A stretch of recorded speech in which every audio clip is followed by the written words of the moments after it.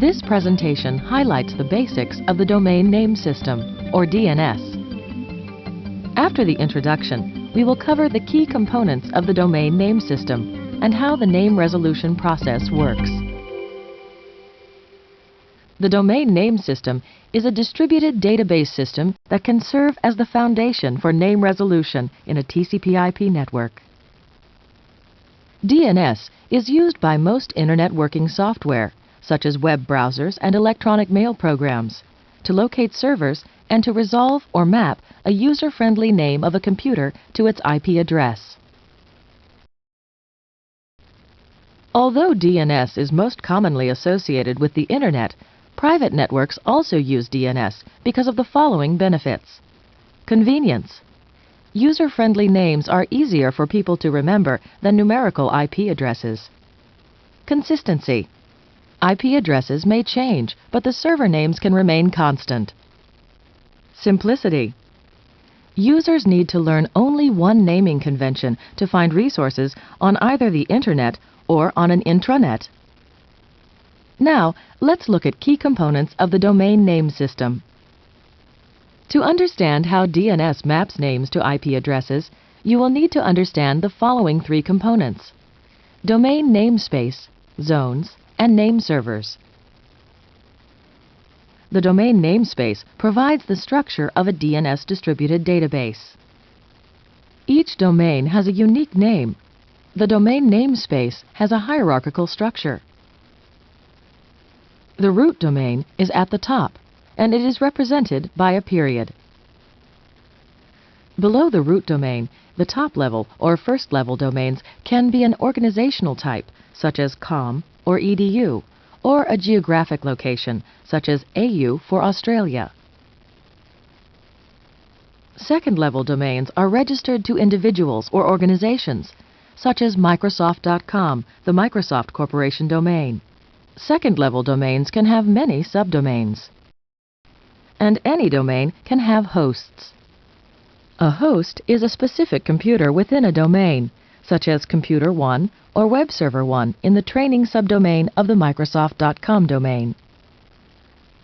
A fully qualified domain name, or FQDN, describes the exact relation of a host to its domain. DNS uses the FQDN to map a host name to an IP address. For administrative purposes, domains can be organized into zones. As you can see in this example, a zone is a discrete and contiguous area of the domain namespace. One reason to divide a namespace into zones is to delegate authority for different portions of it. One very large domain could be difficult to administer. The name-to-IP address data for computers located in a zone is stored in a zone database file on a DNS name server.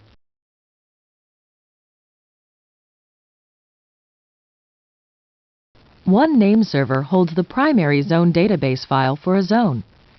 That name server is said to have authority for making changes to the zone file.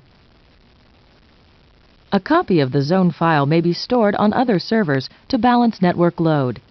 These copies are referred to as secondary zone database files.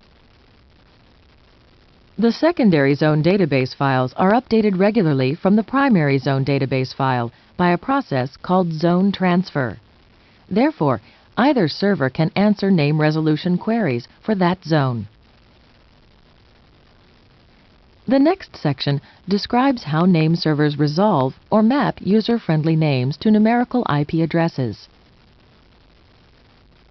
The name resolution process involves sending a query to one or a series of name servers to locate the IP address of the requested computer. The query contains the fully qualified domain name, or FQDN, of the requested computer. The name servers use a computer's FQDN to locate its IP address. This query is called a forward lookup query. A forward lookup query is a request to map a name to an IP address. This example shows a forward lookup query from a client to find the IP address of Web Server 1 in the training.microsoft.com domain.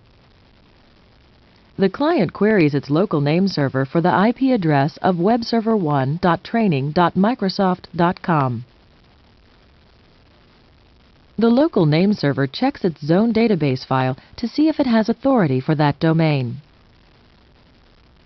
It does not have authority, but the name server does contain information that points to the root name servers. The local name server will now begin a search for the name server that has authority for the domain training.microsoft.com, starting with the root name servers. So, the local name server sends a query to a root name server. The root name server contains IP addresses of the name servers for the top-level domain, com.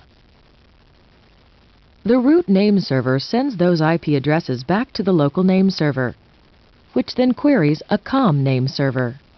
The com name server receives the query and responds with a referral to the Microsoft.com name servers.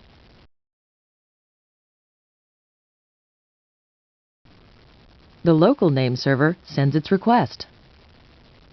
The Microsoft.com name servers have the zone database files that contain the name-to-IP address mapping information for Web Server 1. The Microsoft.com name server passes the requested IP address to the local name server.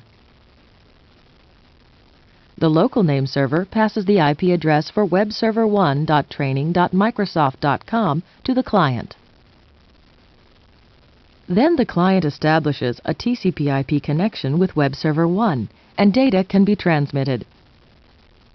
As you have seen, a local name server may send out numerous queries to finally resolve a fully qualified domain name to an IP address.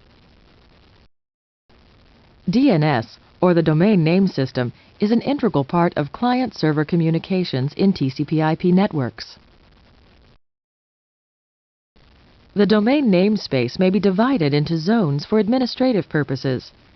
Name servers for each zone store either the primary zone database file or the secondary zone database files that contain the name-to-IP address data for that zone. Zone files are kept up to date by the zone transfer process. Name resolution is the process of resolving a fully qualified domain name to an IP address.